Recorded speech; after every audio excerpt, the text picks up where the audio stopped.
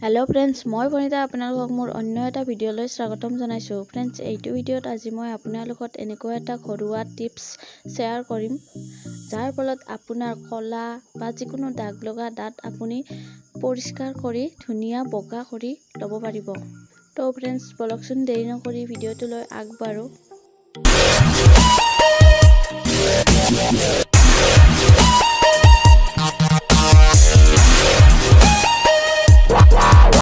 ধুনিয়া বগা দাঁতনো কোনে নিবিচাৰে। আমাৰ শৰীৰৰ বহুখিনি সৌন্দৰ্য দাঁতৰ ওপৰতো নিৰ্ভৰ কৰে। সৰু ডাঙৰ সকলো লোকে দাঁত দুবাৰকৈ ব্ৰাছ কৰিব লাগে।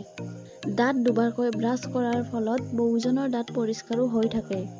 কিন্তু বহু লোকে চানা, গুটকা, পান মছলা, চিগাৰেট, বিড়ি আদি সেৱন কৰাৰ ফলত টুথপেষ্ট বা ব্ৰাছেৰে খোৱাৰ পিছতো দাঁতত বহু দাগ ৰৈ যায়। তাৰ বাবে তেওঁ মানুহৰ আগত ভালকৈ দাঁত উলিয়াই হাঁহিব নোৱাৰে। আনকি পানীৰ বাবেও বহুতৰ দাঁতত দাগ ধৰা দেখা পোৱা যায়।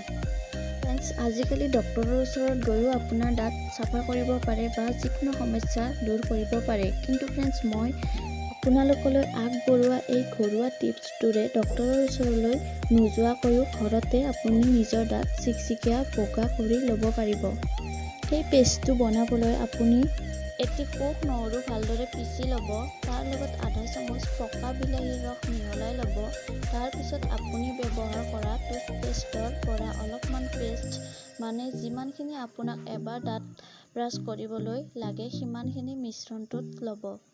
শেষত এই মিশ্ৰণৰ লগত অকণমান ছ'ডা পাউডাৰ, বহুত বেছি নালাগে অকণমান, লৈ গোটেই মিশ্ৰণখিনি আপুনি চামুচেৰে ভালদৰে মিহলাই আপোনাৰ টুথব্ৰাছ ডালেৰে ভালকৈ দাঁতকেইটা ভিতৰে বাহিৰে ব্ৰাছ কৰক।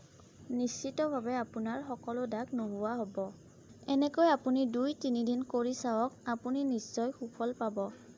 ফ্ৰেণ্ডছ আজিৰ ভিডিঅ'টো এইখিনিয়ে। যদি ভিডিঅ'টো ভাল পালে লাইক কৰিব, কমেণ্ট কৰিব, শ্বেয়াৰ কৰিব আৰু মোৰ চেনেলটো ছাবস্ক্ৰাইব কৰিব।